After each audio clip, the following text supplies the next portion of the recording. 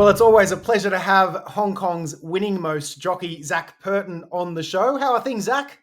Yeah, pretty good. We're counting down to the end of the season now. Only 4 meetings to go. 2 weeks, but I haven't got that foot on the plane yet. I was going to say, like, at this stage of the season, with just a few cards left, you've got to be looking forward to that uh, annual Purton family summer vacation, don't you? Bill Nader tells me it's the stuff of legends, this annual trip. It's grown every year. It's got bigger every year. We seem to do it better and better, and we've got another good trip planned this year. And it's just really good because I'm so busy during the season working as hard as I do that I don't get to spend as much time with the kids as what I would like. And it's a good chance for us as a family to spend that quality time together without the phone ringing, without any schedule to follow. And the kids, they grow, as you would know, from year to year. We seem to learn something new about them every year. So it'll be interesting to see what happens this year. Yeah, hopefully you can get Cash out into the golf course. I've seen his swing on some of your Insta stories. He's got a great swing. Yeah, he goes after it. And the coach keeps telling me he's going to hit the ball a long way. So he's already telling me he's coming for me. Hey, Alex, I've Yes. actually got maybe we can get into Coles here for the Purton Annual Holiday 2026. Maybe go down to Cabo San Lucas, where all the celebrities go. That's where Frankie was in the Netflix series. Zac, I don't know if you saw him on a yacht. If you've happened to watch that race for the crown yet, and then he can swing by Del Mar for the Del Mar Summer on the way back. I'm telling you, we'll get him on Baffert horses. We'll get him on one of those good, like $2 million 2-year-olds that can't lose, and he can just go get a charity win at Del Mar.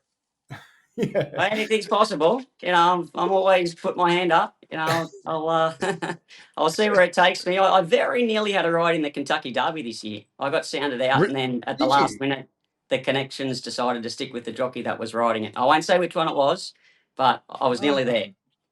Would it have given you a thrill? Would you have had a good run at it this year? Oh, it just would have been good to be in it, especially with Umby being in it and his horse being as popular as it was as well. It would have been good to be over there and be a part of it. Obviously, I've had a bit of contact with Umberto throughout the Triple Crown, going back and forwards, and it was good to see him get his win in that the middle leg. But Yeah. unfortunately, he got beat in the last leg as well. But he looks like he's on a pretty good horse there. Oh, he He does. is. I think I was the jinx. I have not. He was in my backyard. I photographed him twice this season: Kentucky Derby and Belmont. Both races he's lost. So I'm telling him next time he's got to pay me to stay away. Just send me on a holiday or something. Get me out of there. I've I've heard rumours, Zac, that Umby may make the final field for the IJC later on this year. What would it be like to have him back in the Hong Kong jockey room? Yeah, to be lively, we'll put it that way. He's a character, as we know. You certainly know when he's in the jockey's room, and especially when he's got his tail up and he's going well. Yeah, that's awesome. But no, it's been great. He's come on the show a couple of times. We've sort of spoken a bit about Hong Kong racing and also his Triple Crown run. It's been awesome to have him involved this year, and looking forward to following him at Del Mar this summer as well. Congratulations, of course, in order for you. There's lots of congratulations in order for you at the Zac, but let's start with the fact that you've now that it's mathematically impossible for Hugh Bowman to ride 65 straight winners, you've officially wrapped up your eighth champion jockey title. I know they're all special, but how would you compare this season's title to previous titles that you've won? It's been up and down. It's ebbed and flowed a little bit. I started really, really well and things were going great. And obviously, there was all the attention focusing on me breaking the record for the most number of wins in Hong Kong racing history. So that was being talked about there for a while off the back of SKAI Rising's winning the international race in December. And that was sort of a weekly thing that everyone was talking about. And I was very lucky that I got it out of the way because it was only a week or so later that I had that nasty fall and hit the deck, and that put me out for a couple of months. So I was on record pace to sort of try and challenge the most number of wins in a season, which I set a couple of seasons ago, and then obviously spent that time out recovering. Had to come back. A lot happened in that time. There were a lot of new faces that joined the ranks. There were a lot of faces that were here for a couple of months and then went back to their homeland. And at the back end of the season, we've had a couple of extra new faces come in as well. So it's been an interesting season, but I felt like I've come back and things have gone fairly well. I haven't been able to get back in that same form that I was in early in the season, but it's very hard when you spend as much time out as I did because you're not trialing the new horses coming through, and other jockeys have the opportunity to get on them, and then you can't get on them. And I lost a lot of rides, so it was very hard to sort of work my way back to the position I was in. But things, all in all, have been good. I've had a great season. Looking forward to the holiday, and we'll come back and see if we can get going again next season. Yeah, awesome. And the cherry on top, of course, must have been this induction, or future induction into the Australian Racing Hall of Fame, which is meant to take place, I think, late August, right? Congratulations on that. A remarkable yet very much well-deserved achievement. Now, I think when you get inducted into the NFL Hall of Fame here in the United States, somebody comes and knocks on your door and they've got a big film crew and all that kind of stuff. How did you find out that you were going to be inducted into the Australian Racing Hall of Fame?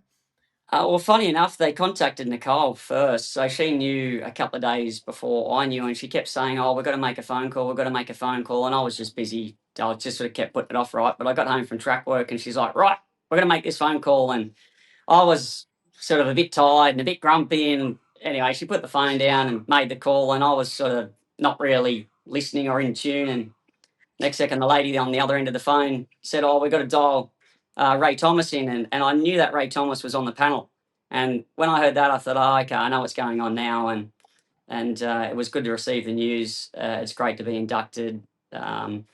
Once I heard the news, I then did a little bit more research and realised how tight and thin the actual list of jockeys is that's on there.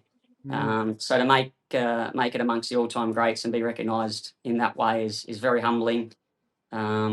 As you say, it's the cherry on top of the season, really. Yeah. Well, I should know this. Is your father-in-law in the Australian Racing Hall of Fame?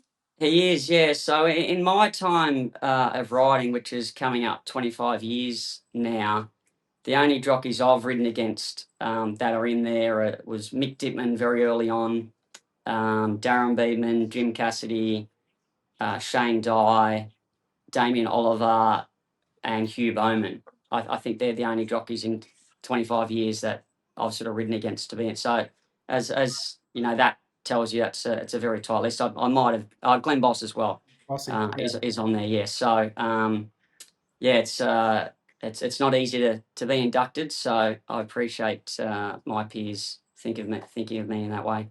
Yeah. What did your father-in-law, who of course for North American viewers, it's Jim the Pumper Cassidy, fantastic rider in Australia. I think over 100 Group 1s for memory, Zac. You can correct me if I'm wrong. And a Hall of Famer. Did he have a message to share with you when he found out you'd be joining him? Actually, he didn't. I haven't heard from him. So maybe he's out on the golf course somewhere and for fishing and hasn't heard the news. But no doubt at some stage I'll receive a call or a message. Oh, that's fantastic. Yeah. Maybe he's waiting until I officially get in there. We'll give him a little bit of grace. True. And are you going to get to the induction ceremony where it's in Brisbane, isn't it? No, unfortunately not, because SKAI Rising is going to trial here in Hong Kong at our Owners Carnival, which is on the Saturday night, the week before our first race meeting. And it's the night before the induction ceremony in Brisbane at lunchtime the next day. And there's just no flight from Hong Kong that can get me to Brisbane in time for that, unfortunately. But it's more important I'm here to ride SKAI Rising and make sure that everything's going right with him leading into his first up for the season and heading towards Everest. Yeah, 100%. Well, I mean, it's a good segue into SKAI Rising. And we had Huey on the show a few weeks ago, Zac, and obviously he saw a lot of SKAI Risings behind this season aboard Helios Express. But we were talking a little bit about Winks and how he said watching you and the success that you're having with SKAI Rising certainly reminds him of the incredible times that he had with Winks, and reminds him not to take it for granted as well, because it was just such a special time from his career. What's it like for you at this point of your career to be able to form, I guess, a partnership with a horse like SKAI Rising, similar to, say, Huey with Winks, and you mentioned Bossy before, maybe Mackay Diva, Lukey Nolan, Black Caviar. I'm sure there's some ones I'm missing in America. Would it be Flavian and Flightline, maybe on a smaller scale because it didn't have many starts? But you know where I'm going with this, like to be able to have like a partnership with a horse such as SKAI Rising. Yeah, it's very special, and not many jockeys get this opportunity, right? To find a horse of his caliber, the superstars that really do stand out amongst the others and have the longevity in their careers. It's very hard to find that horse, and when you do get on them, and I did this a little bit to myself when I was riding Beauty Generation, I just kept telling myself to enjoy it whilst it lasts, because it's not going to last forever. And I think sometimes you can put a little bit too much pressure on yourself, and it can take the enjoyment away from it. So yeah, I just tell myself that I'm lucky to be on him. Enjoy every opportunity I get, make the most of it, treasure the moment, and hopefully we can continue on the ride that we're on for a little while longer yet. Yeah, absolutely. And in terms of the Everest and looking forward to that, I mean, there doesn't at this stage appear to be too much in terms of competition. I mean, if I was looking at the early betting markets before, you've got the TJ Smith winner, Briaza in it, and the Galaxy winner, Private Harry. One interesting runner, I'm not sure if there's even plans for Lazat to ship down to Australia, but just won at Royal Ascot, the Jubilee, and I think he was in the what race was Lazat in? He was in the mile He on ran in the international, mile. Yeah. wasn't he? Yeah. He's around the sort of 12-1 mark. But do you see any like competition out there at the moment that could give you a run for your money? Well, Lazat is an interesting one because you can take a line through Satono Rev, and there's Yeah. every chance Satono Rev might end up going down for the race as well. Lazat's already been to Sydney. He ran the Golden Eagle, and he very nearly won it. It was a terrific performance. So he's travelled down there. He's shown a liking for the surface down there, albeit that was at Rose Hill, but Rose Hill and Randwick are quite similar surfaces. And he's going to be a little bit older, so he'd be a very interesting runner. And the two horses you touched on from Australia, they've had really good seasons as well. They're young horses on the way up. We still haven't seen the best of them, and they have the advantage of knowing Randwick, coming out of their home box, racing on the surface before, knowing the tempo of the races, the track speed there, and our horses are obviously going to have to travel, go through quarantine.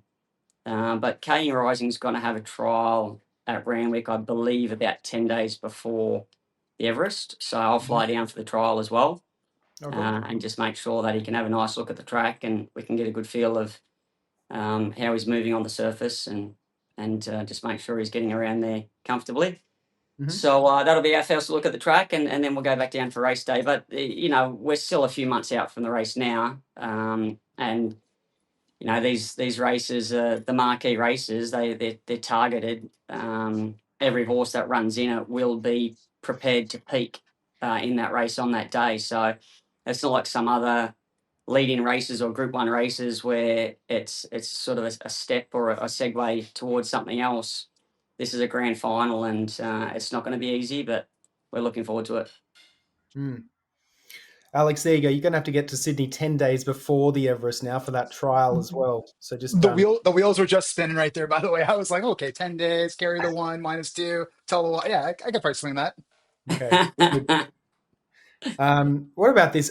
Could you imagine? I know it's always just one race at a time, Zach, but imagine winning the world's richest race on turf, your old stomping ground, Royal Randwick, as a newly inducted Australian Racing Hall of Famer. We might see a tear or two after the race if that happens. Oh, it sounds quite romantic, doesn't it? But there might be tears of champagne streaming down my face at the celebration. That's awesome. So, Zach, before the show, I actually asked Alex to come up with his top 5 Zac Purton Hong Kong Racing 2024-2025 season highlights in order. We're going to hear what he has to say. Have you managed to come up with a top 5, Alex? I got the top 5. You do? I got top 3. I got top 3. No, 5. Five's too much, man. All right. If you ever meet, this all the massive wins, the good horses, but my top 3, Yeah. all the records from YING Rising, because that was just impressive, and it just kept going and going. And if I wasn't there when you broke, I think you broke the one record before December. We're watching Yep. on TV, and you're pointing over, and I was just like, if I was there, that would have been such a nice photo that I missed right there. Every time I haven't been there, we've had wonderful photos. So that's my number 1. And then number two was just trying to follow that whole from the beginning of the season, trying to figure out if I was going to be there when you broke the record. And unfortunately, I was on a plane to Saudi Arabia when you did it, and we were watching from there. But you breaking the record at Happy Valley, that was awesome. That's my number two highlight. And then number three is when you actually finally got your bell and you posted on social media the unpacking of the bell at home for the kids. Obviously, that's the third highlight. It's so good because I can just picture you guys running around ringing that bell, going to track work in the morning or waking the kids up for that. So but that was just a great season, man. And I'm so happy to see you bounce back so well and continue to have a great year. It was awesome. A lot of fun. Yeah, thank you. It's nice reliving all those moments as well because you're sort of so busy here and you're focusing on the next race and the next meeting and what's ahead that sometimes you sort of forget about some of those moments. But yeah, they're all very special. Where did you get that giant custom Zac Purton Labubu with the silks and everything like that? That thing is unreal. It's pretty cool, isn't it? And a lot of people in Australia didn't know about Labubu, or it's a Zamomo, actually, the big one. Oh, you got that? Oh, with the Yeah, tail. See, but there's a group of there's a couple of brothers here, and they got a friend, and they call themselves the TKH team, and they've made a lot of things for me over the years. There's some goggles, some shoes, the brick bear, and then this was yeah. the next thing that they made for me. It's very cool. So yeah, when I did that post when I was out on the track drinking the Petrus with the Nicholas Hayward pendant and all that, it was Yeah. it was quite funny, and it got a lot of attention too. When a sport, you kind of get in trouble for having a big personality and being like that, like you're so humble on the track, but it's just real nice to see the guy with the chains shows up dressed nice. He's got his unique toys and the things that he's into, and you show that bit of that personality. I think it's great for the sport and it's something that fans can really connect on. Yeah, it can be a little bit hard here in Hong Kong sometimes because the Jockey Club likes to keep our feet on the ground a little bit and just make sure that we're doing our job on race day, which is fair enough. But race day, it's all business. But away from the track, there's still a big kid stuck inside me. Nice. Same. My wife and I, when we were in Hong Kong about a month ago, we went to like 7 stores trying to find Labubus, Pop Marts. I wanted to get one for my sister. Impossible. Like it's the most impossible thing to find while we were over there. But They're so love hot. seeing yours. Everywhere around the world right now. You see them lining up in Dubai and London and Australia as well. So yeah, they've taken right off. It's a pretty cool thing, to have come out of Hong Kong. I 4-hour don't. line in LA the other day to get them. 4 hours. Wow. 4 hours, Jesus. People I don't lined want to up be in caught. Century City. I don't want to be caught on camera googling Labubu because I've got no Don't no worry idea about it. what they are. But I'll make sure. I'll make sure You'll I have to get up to speed. Zach, Alex's highlights of your season there, do they align with your own personal career highlights? Sorry, not career highlights, but highlights from your season? Yeah, sure. Everything he's touched on, the track records on YING Rising, the whole journey all the way through with him, 8 starts, 8 wins, equaled the record here in Hong Kong. What else? Breaking the record myself, as Alex touched on. And the other thing, I suppose, is when I raced 6 winners in a day at Happy Valley to equal the record for most winners in a day at the Valley as well. So, when you look back and touch on it all, it's, it has been another fantastic season. Mate, it's been an awesome season, and particularly when you consider that you did, as you touched on before, had that nasty fall and 2 months on the sidelines as well. So, there's a lot to be very positive about given the season that you've had. Now, I was going to ask you too, if we take you out of it, or not necessarily you out of it, you can be considered, what would be if you considered yourself as a fan of Hong Kong racing, which you are, of course, what would your top 5, say, moments of Hong Kong racing season 2024-2025 be from a fan perspective? Yeah, I would think the YING Rising, breaking the track record, that garnered a lot of attention. Romantic Warrior winning his 4th straight International Cup in December. Yeah. Voyage Bubble winning the Triple Crown. It's the first time, only the second time in history it's been done and hasn't been done for 31 years. Yeah. Myself breaking the record for the most number of wins in the season. That's 4. Yeah, so we'll leave it at 4. We'll leave it at 4 really good ones. No, for sure. And I think if you ask any fan of Hong Kong racing, that would probably be a very popular top 4.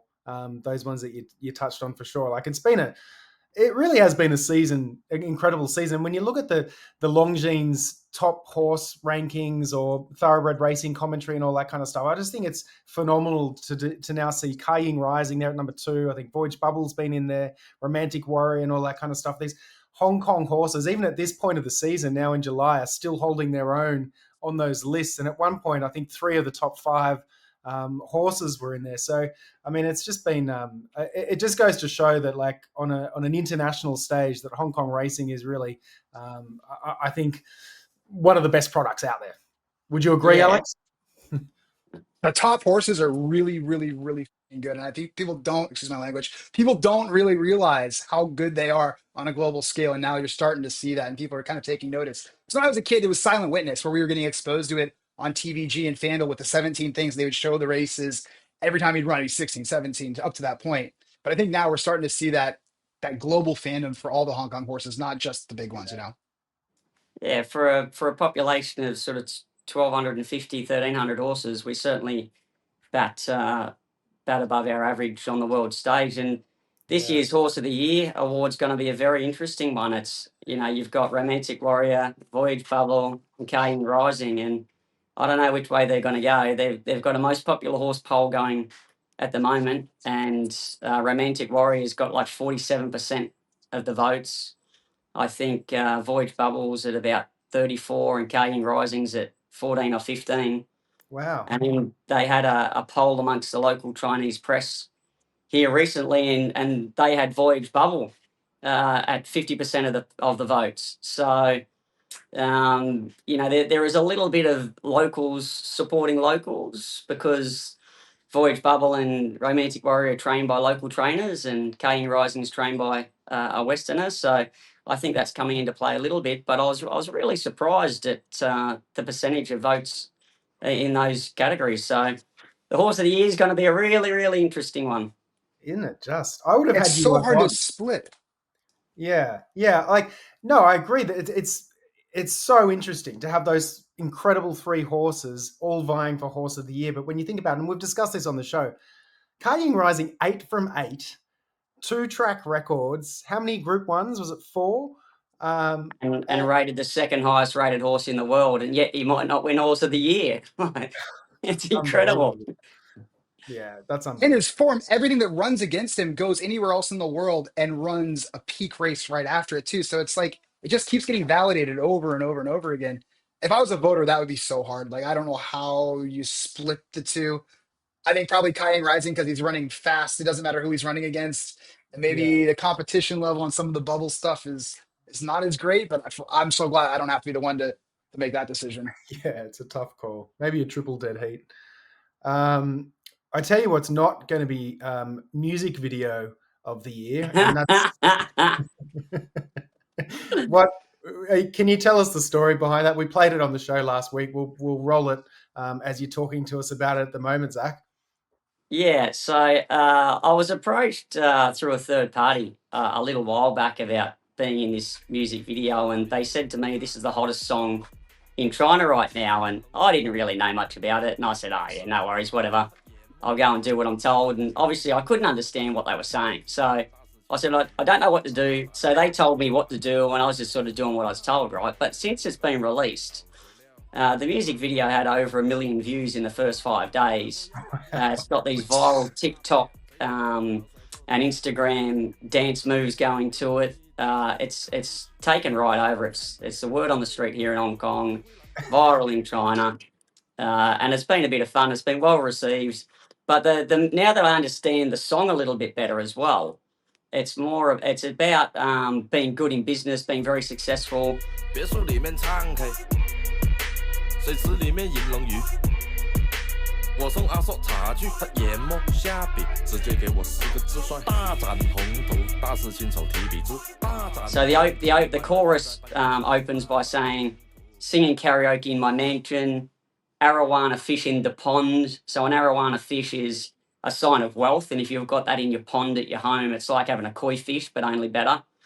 Then he says, bought a tea house for my uncle, which is a little bit of a reference to like a yum cha dim sum type place. And then he says, I grind the black ink and write 4 words in calligraphy. So when the song first starts, those red Chinese words, it means like good luck, successful, all that sort of stuff. They actually go above a shop opening when they first open as a good luck thing. And then it's got references back to Chinese philosophers. He speaks in Mandarin, he speaks in Cantonese, he speaks in English. He's obviously rapping. He's got some opera in there, some Chinese opera, which is obviously very popular with the karaoke. So the song's got a very deep and meaningful um, sort of connotation to it, and it's just got it's like Gangnam Style was in South Korea, Really? now in China. It's just taken off.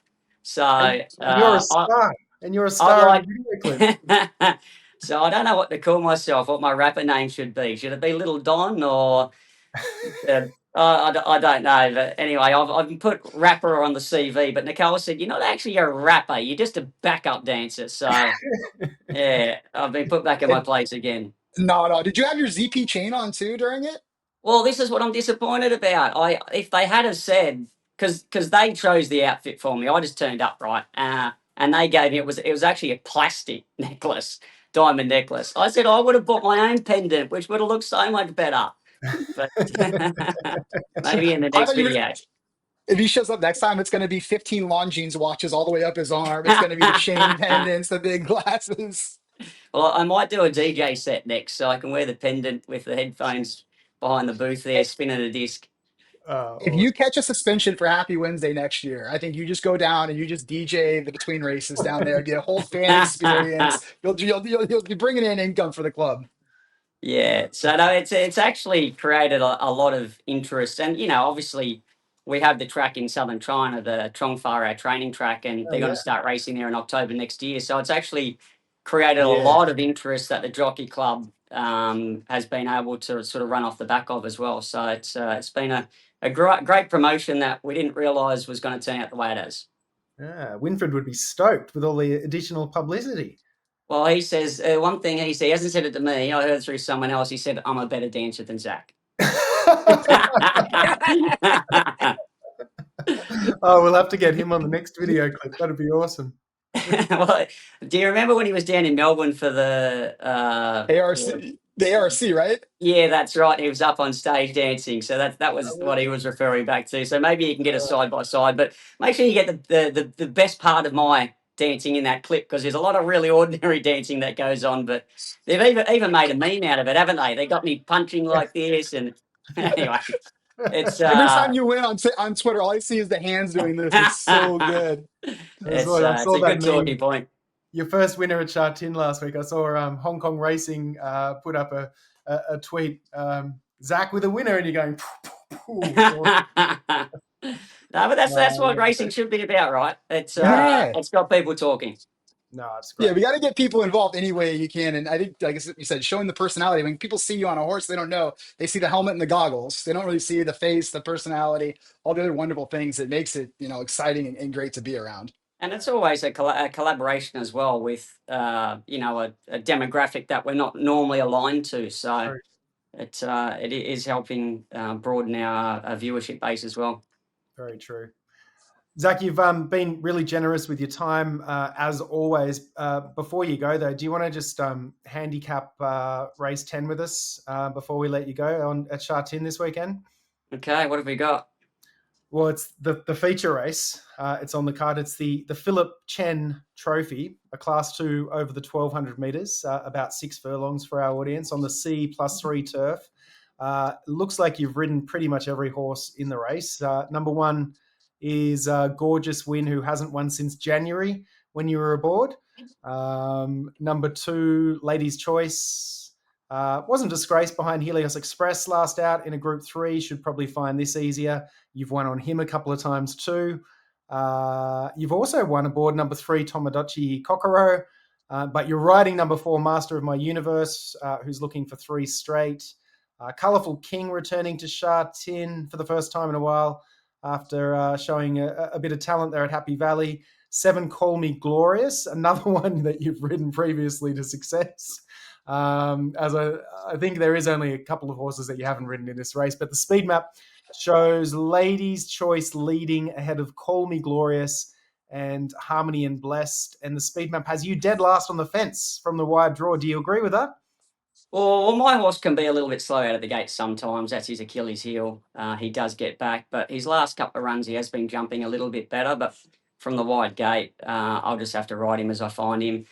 The tracks recently have been favouring horses on speed, and especially the C+3. If they're running off the front, it might be a little bit hard to come from behind, but we'll just have to keep an eye on that during the day. And the leaders might overdo it and set it up for us, but it's certainly, I would think, the favouring horses on speed. Okay. Would you say one of your good chances on the day? Listen, you can't knock a horse that keeps winning. I thought he might struggle last time, having to carry top weight. He's less than 1,000 pounds, having to carry 135, and he was normally settling back on a track that was really red hot on pace. He only got up on the line. He won by nose, so he only just got there, but he got there. Yeah. But he's racing in a rich vein of form, and if they overdo it up front and we can close, he'll get into it. Okay, awesome. So Master of Universe in the feature race on the day, which is Saturday afternoon, isn't it? It starts in this weekend. So Friday night, early hours, Saturday morning, North American time. Of your other rides, geez, it looks like you've got some terrific chances. I mean, you've always got terrific chances, but a couple of ones I highlighted before we started recording: Mr. Energia, Fortune Boy, Magnifique, Patch of Stars. Actually, we've got a late pick 4. I gather with Master of the Universe and then those other 3 of the 4 I just mentioned, we should probably be putting every single one of your rides in the last 4 races in our pick 4. You sound like every Hong Kong punter, just Zac Purton. When we asked Umby to handicap, he said the same thing. He goes, "Here's how you handicap Hong Kong races." He's like, "Look for Zac Purton, start there, and then work around that every race."